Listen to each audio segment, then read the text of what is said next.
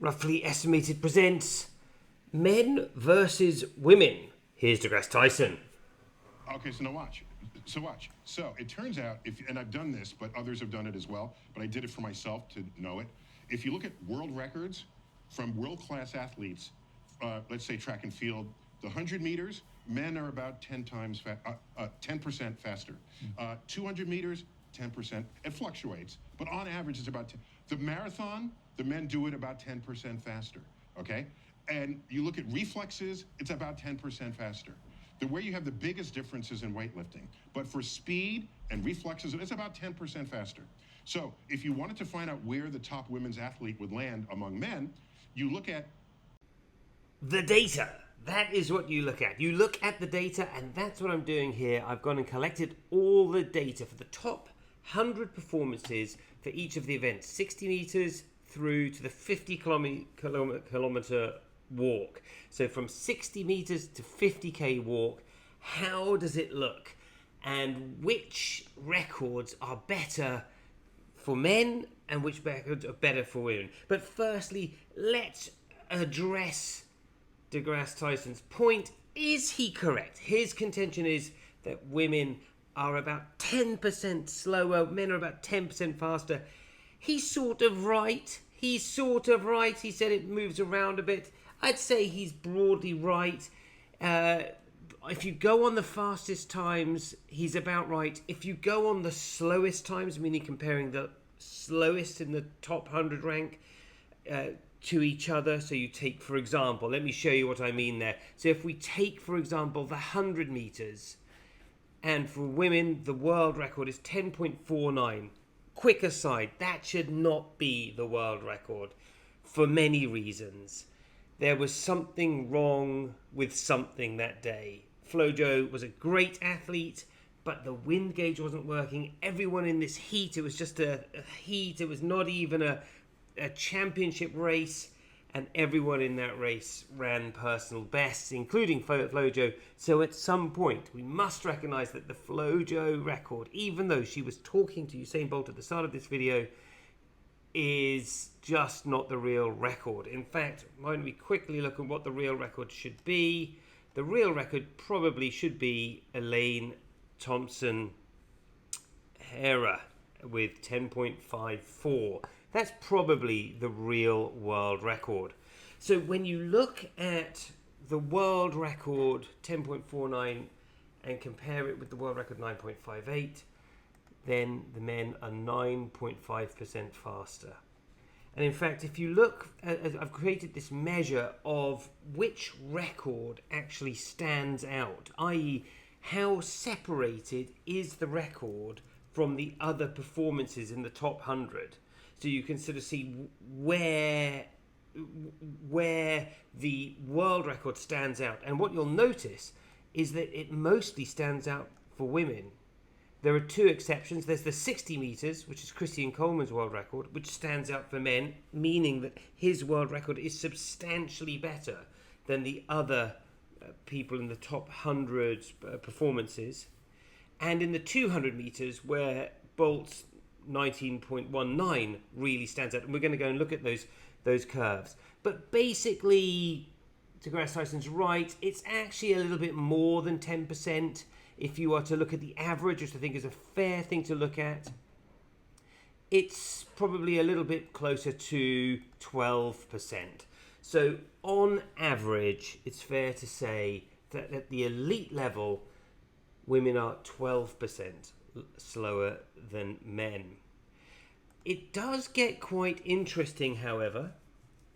First thing I want to answer is, so where would Flojo rank in terms of top men's athletes? So if you take the top performances by athlete, meaning you take Usain Bolt's 9.58, then you've got Johan Blake's, he's got a 9.69, then you've got Tyson Gay with a 9.69.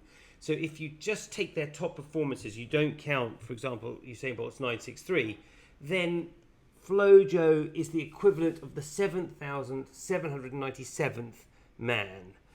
And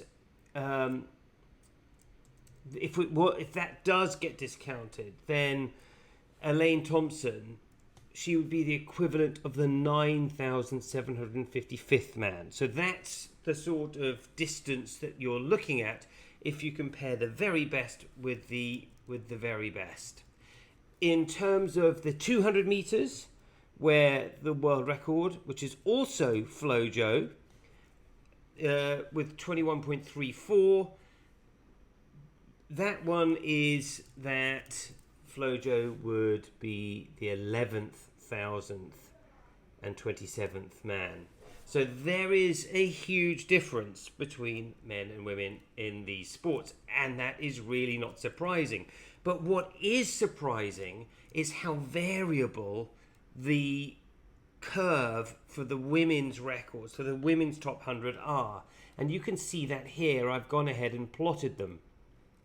So what I've gone here, if I've got a plot for each of the distances from the 50,000 from the 50,000 meters, the 50k walk, all the way to the 60 meters for men and women measured in seconds. So if I take the 60 meters and we look at the curve, this is the curve for women. So these are all the performances, the top 100 performances. And because you would have a number of people, for example, who will have run, in this case, a time of, just under 7 there, whatever that time is, then you end up with about 31 over here, 31 or so unique athletes in the set.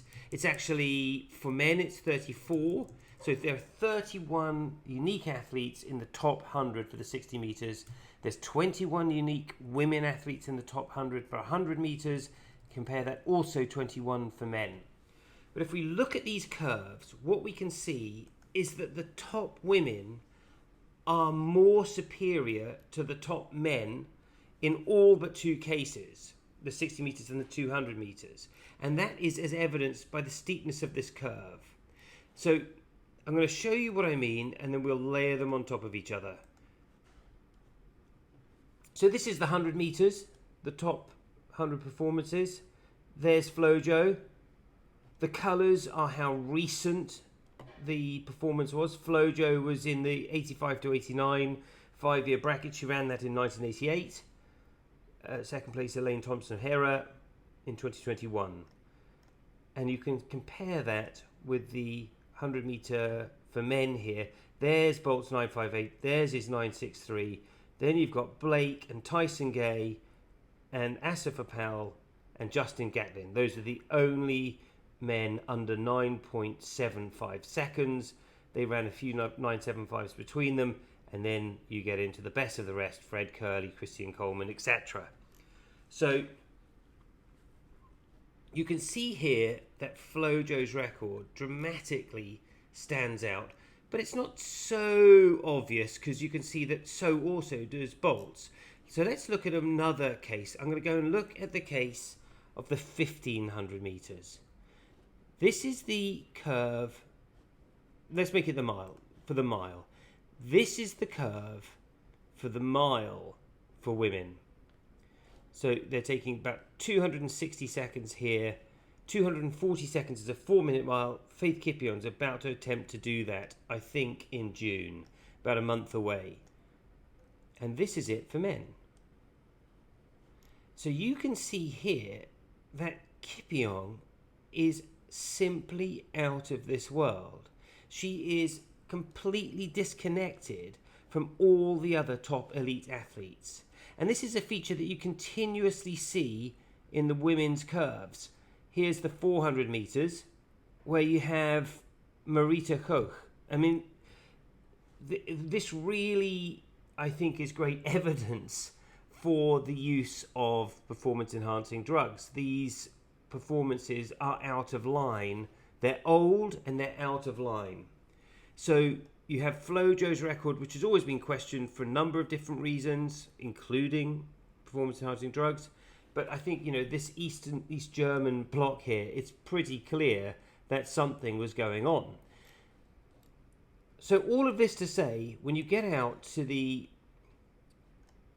really long distances, you often hear it said that women begin to regain some of the advantage to men. They start to catch up, but it doesn't appear in the data set. What is happening is when we can see that the very best time is only 7.75% behind.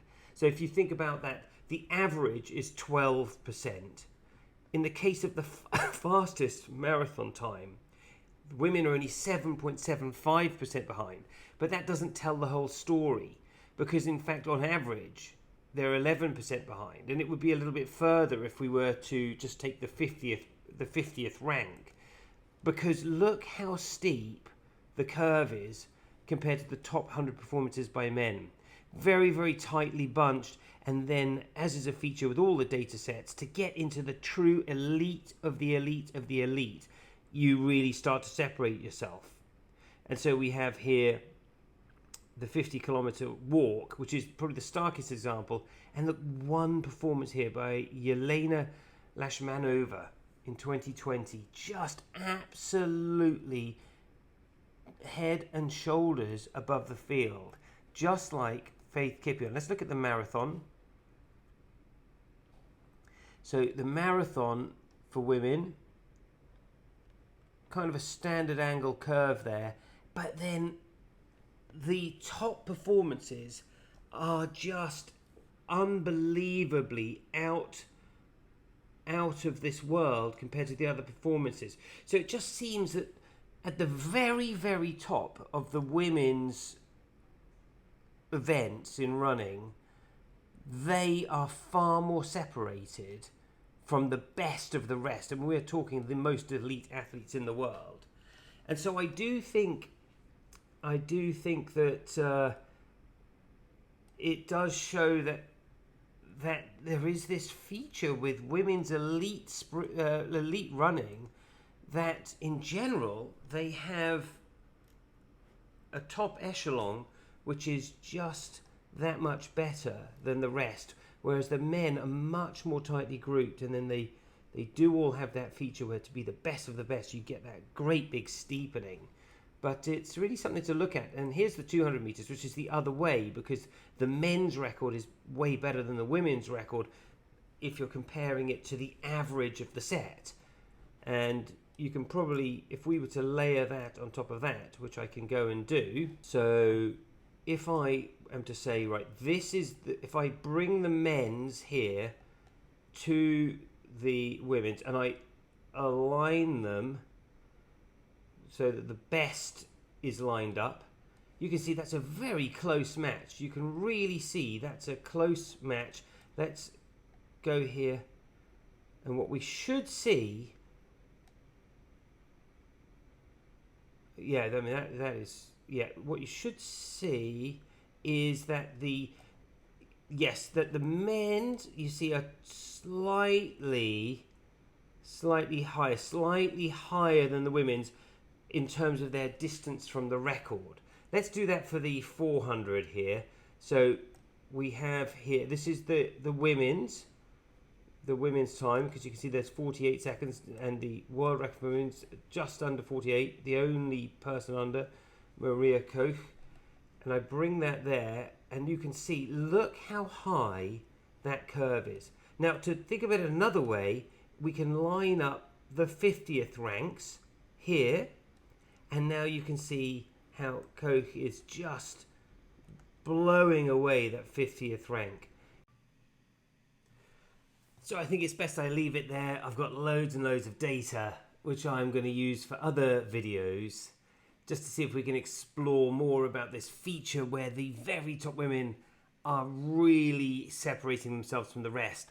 And in particular, I really want to take a look at Faith Kippion, who's going to be attempting to be the first woman ever under 4 minutes for the mile, which would be a tremendous thing, a tremendous psychological barrier, because if you look at the men's mile, when Roger Bannister broke that, then that opened the floodgates for many, many more. So that is an exciting moment, although it is clear from these charts that if anyone's to catch her, it's going to take something it's just going to get an entirely other mindset. Kipyeong's mile is just miles ahead. Thanks very much. Please like and subscribe.